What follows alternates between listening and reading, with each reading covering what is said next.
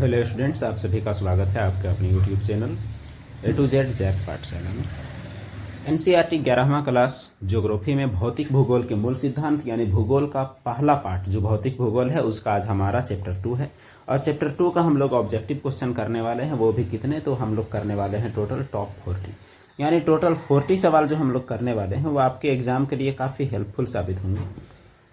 तो ये रहा आपका 40 क्वेश्चन और चैप्टर का नाम आपका क्या है, दूसरा पार्ट में पृथ्वी की उत्पत्ति और विकास।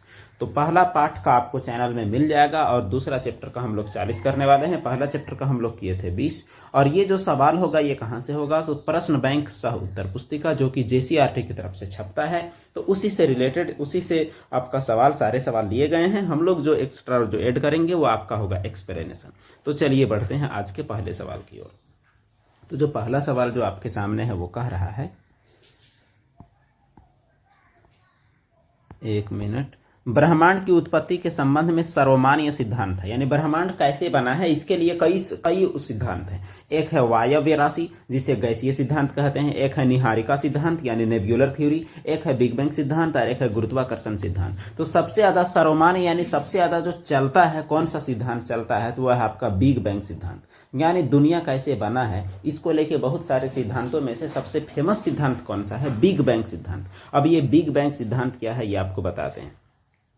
जब कुछ नहीं था, यानी कुछ नहीं था, ना तो समय का इजाद हुआ था, ना ही कोई जगह था, यानी ना ही स्पेस था और ना ही टाइम था, यानी ना जगह था ना समय, यानी कुछ भी नहीं था। उस दौरान पूरा ब्रह्मांड एक बिंदु के रूप में मौजूद थी, एक केवल बिंदु के रूप में। उसे क्या बोला गया है, क्वांटम फ्लक्चुएशन, यानी वो शुरुआत था, वो शुरुआत, यानी उसे हम लोग कह सकते हैं एक इटरनल पार्टिकल। अब उसमें होता है अभी से 13.7 बिलियन ईयर्स एगो, अभी से 13.7 बिलियन ईयर्स एगो, यानी उतना दिन पहले इसमें होता है विस्फोट। और वही विस्फोट के दम पर, वही विस्फोट की वजह से जितना भी चीज़ें हैं अब तक, वो सारी चीज़ें जो बनी हुई है और अब भी उसका विस्तार जारी है थोड़ा थोड़ा, यानी अब भी विस्फोट जो है उसका तेजी से फैलना अभी तक जारी है, अभी तक। तो यही घटना जो है इसे ही क्या कहते हैं, इसे ही बिग बैंग का मतलब बिग बैंग महाविस्फोट कहा जाता है। तो ये बिग बैंग महाविस्फोट का एक चित्रण हुआ जो कि वैज्ञानिकों के द्वारा इसी चित्रण का उपयोग सबसे ज्यादा किया जाता है।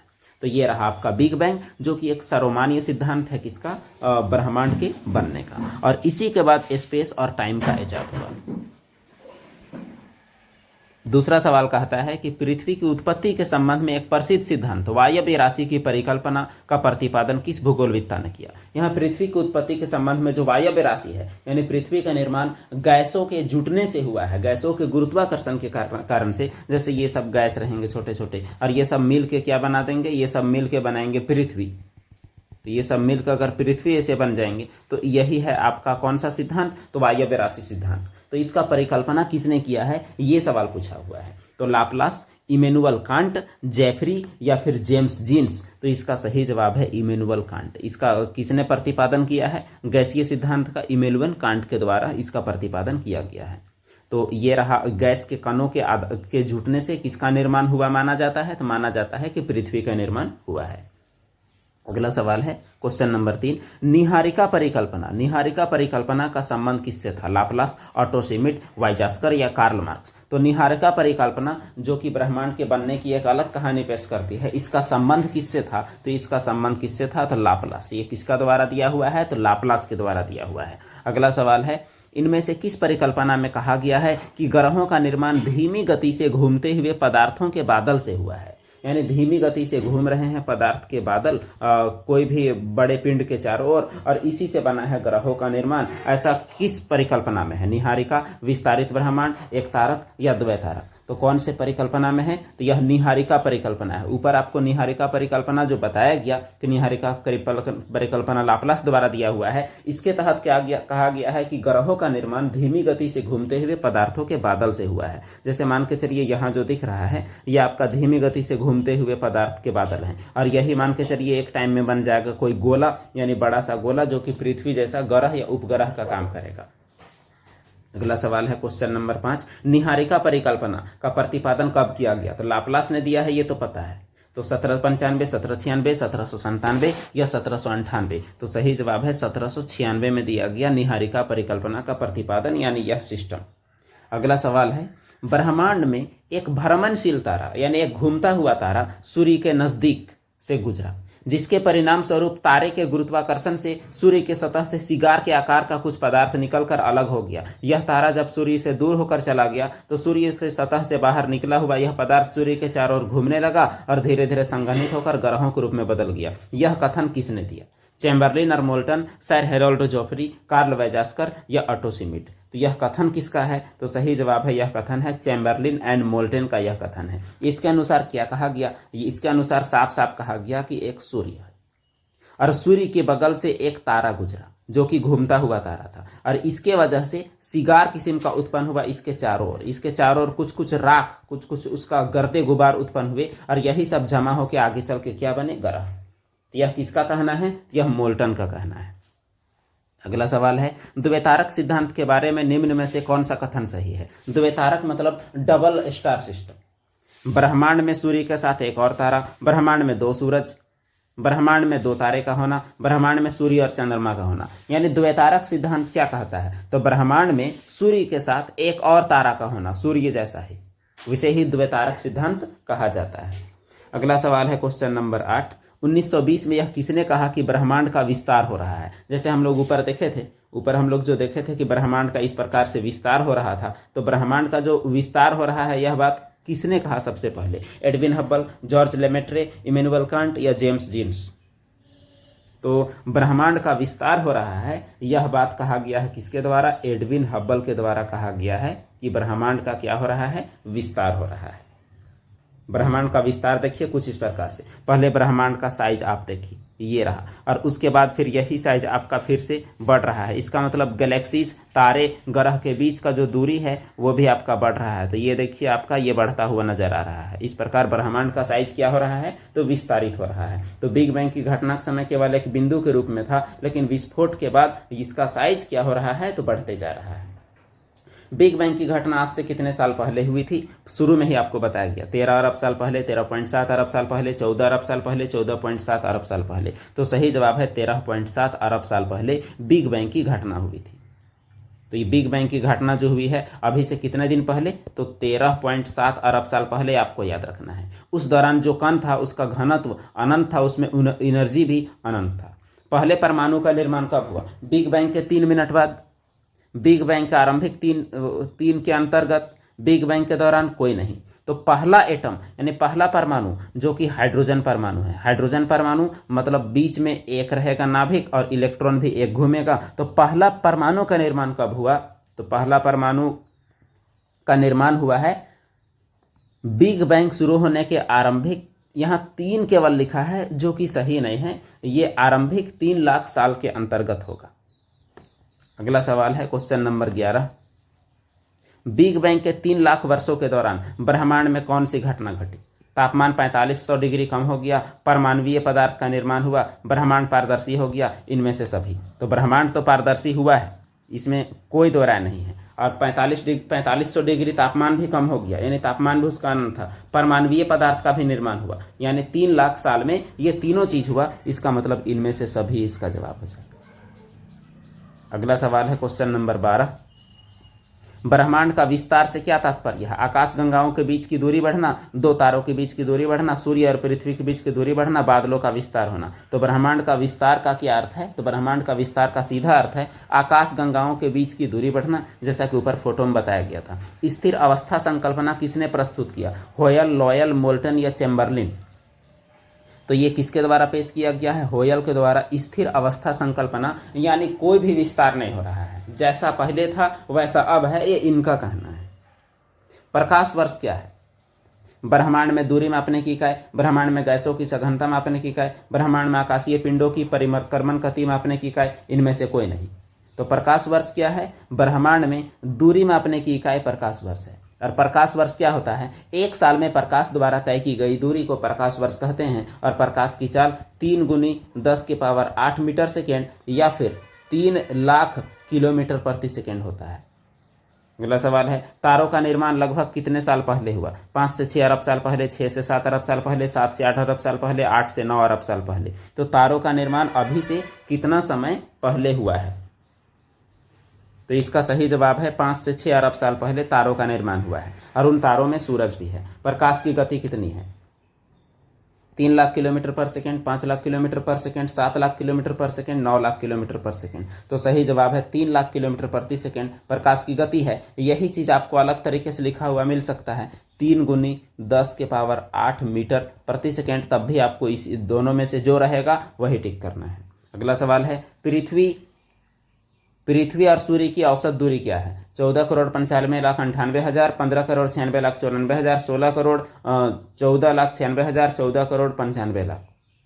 तो सूर्य और पृथ्वी के बीच की औसत दूरी पूछा हुआ है, तो सही जवाब क्या है? औसत दूरी में आपका हो जाएगा 14,95,98,000। औसत दूरी पूछने का क्या मतलब है वो आपकी बताएं कि ये आपका सूर्य है और पृथ्वी कभी यहाँ कभी यहाँ कभी यहाँ कभी यहाँ कभी यहाँ कभी यहाँ अलग अलग प्रकार से रहता है। तो देखिए इस कंडीशन में इसका दूरी ज़्यादा है और इस कंडीशन में इसका दूरी कम है। तो औसत दूरी का मतलब बीच वाला दूरी का बात किया गया है। एक बार दूरी 15,10,00,000 होता है, एक बार दूरी 14,70,00,000 ही होता है और औसत निकाला गया है तो 14,95,00,000 हुआ है। अगला सवाल है, पृथ्वी और सूर्य की औसत दूरी प्रकाश वर्ष के संदर्भ में कितना प्रकाश वर्ष है? 8.311, 4.11, 8.123, 8.111। तो क्वेश्चन नंबर 18 का सही जवाब क्या हो जाएगा? ऑप्शन नंबर ए, यानी पृथ्वी और सूर्य के बीच प्रकाश को आने में कितना मिनट लगता है, यही आपका हो गया इसका जवाब। तो 8 मिनट लगता है, 8 मिनट कुछ सेकेंड, इसीलिए 8.311 इसका जवाब है।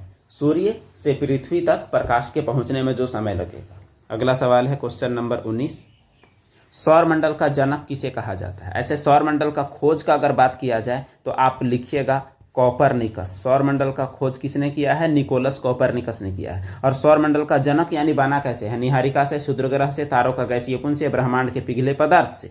तो सौरमंडल का निर्माण किससे हुआ है? निहारिका से हुआ है, यानी नेब्यूला से हुआ है। तो ये रहा आपका सौरमंडल, जिसका मुखिया क्या है? मुखिया आपका सूर्य है। और सूर्य के बाद अगर ग्रहों की बात करें सौरमंडल के, तो सौरमंडल का जो पहला ग्रह है वो क्या है? तो पहला ग्रह आपका बुध है और दूसरा आपका क्या है? तो दूसरा शुक्र है और तीसरा क्या है? तीसरा पृथ्वी है और उसके बाद फिर क्या है? मंगल है और उसके बाद आप देख सकते हैं फिर है बृहस्पति और उसके बाद क्या है? फिर है शनि और शनि के बाद क्या है? यूरेनस और यूरेनस के बाद क्या है? नेपच्यून। तो ये 8 ग्रह और एक मुखिया सूर्य। अगला सवाल है, सौरमंडल के 8 ग्रहों में से किन ग्रहों को आंतरिक ग्रह कहा जाता है? सूर्य से दूरी के अनुसार पहले 4, सूर्य के दूरी के अनुसार बाद के 4, सूर्य से दूरी के अनुसार बीच के 4, उपरोक्त में से कोई नहीं। तो आंतरिक ग्रह और बाह्य ग्रह, इसका कॉन्सेप्ट हम लोग समझते हैं। यहाँ आपका सीधा है, सूर्य से दूरी के अनुसार ये जो पहले 4 ग्रह हैं ये आंतरिक ग्रह कहलाते हैं। इन्हें हम लोग क्या कहते हैं? तो इन्हें हम लोग आंतरिक ग्रह कहते हैं। और जो बाद के ग्रह हैं इसे हम लोग बाह्य ग्रह कहते हैं। अब ये आंतरिक ग्रह जो होते हैं इन्हें और एक नाम दिया गया है, ये आपका चट्टानी ग्रह होते हैं। और जो बाहरी ग्रह हैं उन्हें क्या नाम दिया गया है? ये गैसीय ग्रह होते हैं। या बृहस्पति के आकार के, मतलब ये बड़े बड़े हैं इसीलिए इसे जोवियन ग्रह भी कहा जाता है। तो जोवियन, गैसीय या फिर बाह्य ग्रह, ये कौन कौन हो जाएगा? बृहस्पति, शनि, यूरेनस और नेपच्यून। और इधर बुध, शुक्र, पृथ्वी और मंगल आंतरिक ग्रह या चट्टानी ग्रह हो जाएंगे। इस प्रकार इस सवाल का जवाब क्या हो जाएगा? तो सवाल का जवाब ऑप्शन नंबर ए हो जाएगा। अगला सवाल है क्वेश्चन नंबर 21, सौरमंडल में स्थित प्रथम 4 ग्रह बुध, शुक्र, पृथ्वी, मंगल किन पदार्थ से बने हैं? गैस, शैल और धातु, पैरालिस्टिक पदार्थ, पैराक्रिस्टिक पदार्थ, गर्म और पिघले पदार्थ होते हैं उससे। तो इसका सही जवाब जो आपका हो जाएगा वो क्या हो जाएगा? तो वह है शैलों और धातुओं से, मतलब ये चट्टान से बना हुआ है। तो इस प्रकार इसे चट्टानी ग्रह इसलिए कहा जाता है। अगला सवाल है, जोवियन ग्रह किसे कहते हैं? बृहस्पति के समान, शुक्र के समान, खगोलीय ठोस के समान, उपरोक्त में से किसी नहीं। तो बृहस्पति के समान जो ग्रह हैं, जो गैसीय ग्रह हैं, उन्हें, जो बाह्य ग्रह हैं उन्हें कहा जाता है। तो ये रहे आपका जोवियन ग्रह का उदाहरण इधर, और ये रहा आपका आंतरिक ग्रहों का उदाहरण, और ये रहा आपका कौन? तो ये रहा आपका सन।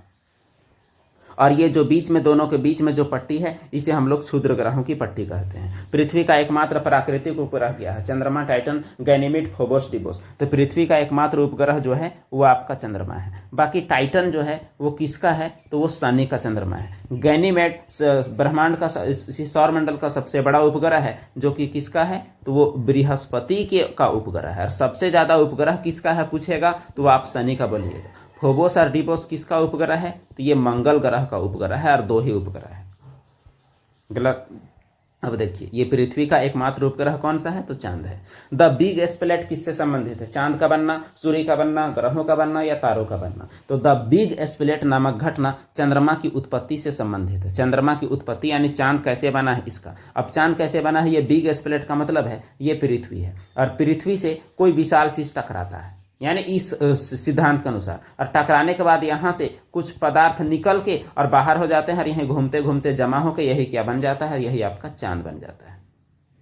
चंद्रमा की उत्पत्ति लगभग कितने साल पहले हुई? 4.44 अरब साल, 4 अरब साल, 44 अरब साल या फिर 44.4 अरब साल? तो चंद्रमा की उत्पत्ति लगभग कितने साल पहले हुई है? 4.44 अरब साल पहले।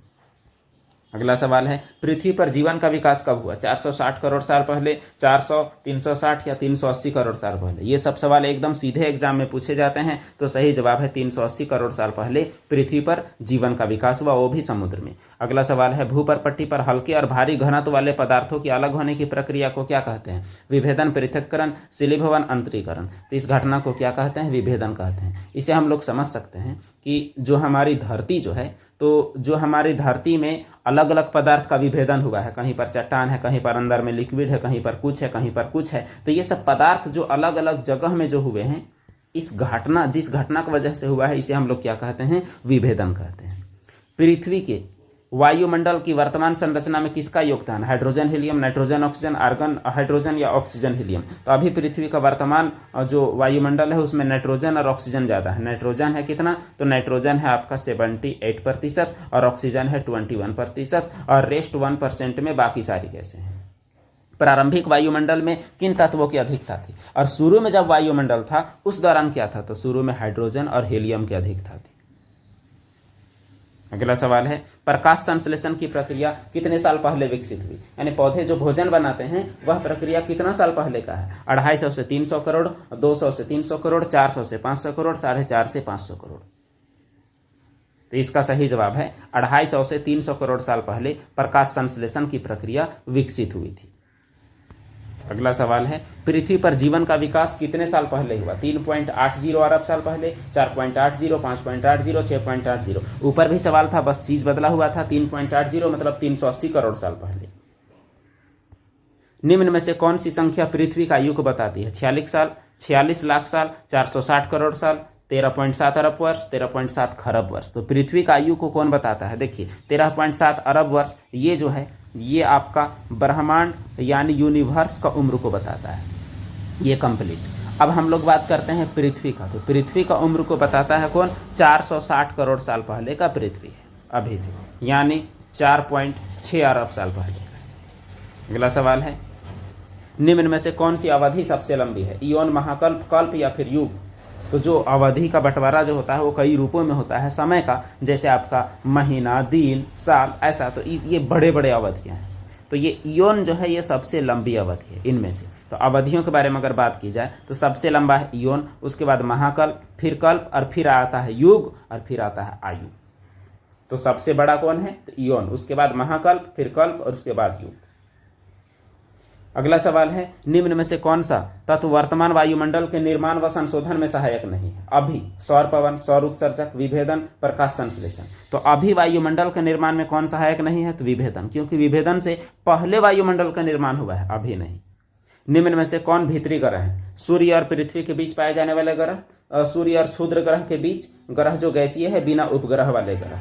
तो सूर्य और क्षुद्र ग्रह के बीच पाए जाने वाले ग्रह जो हैं वो क्या होते हैं? वो भीतरी ग्रह होते हैं।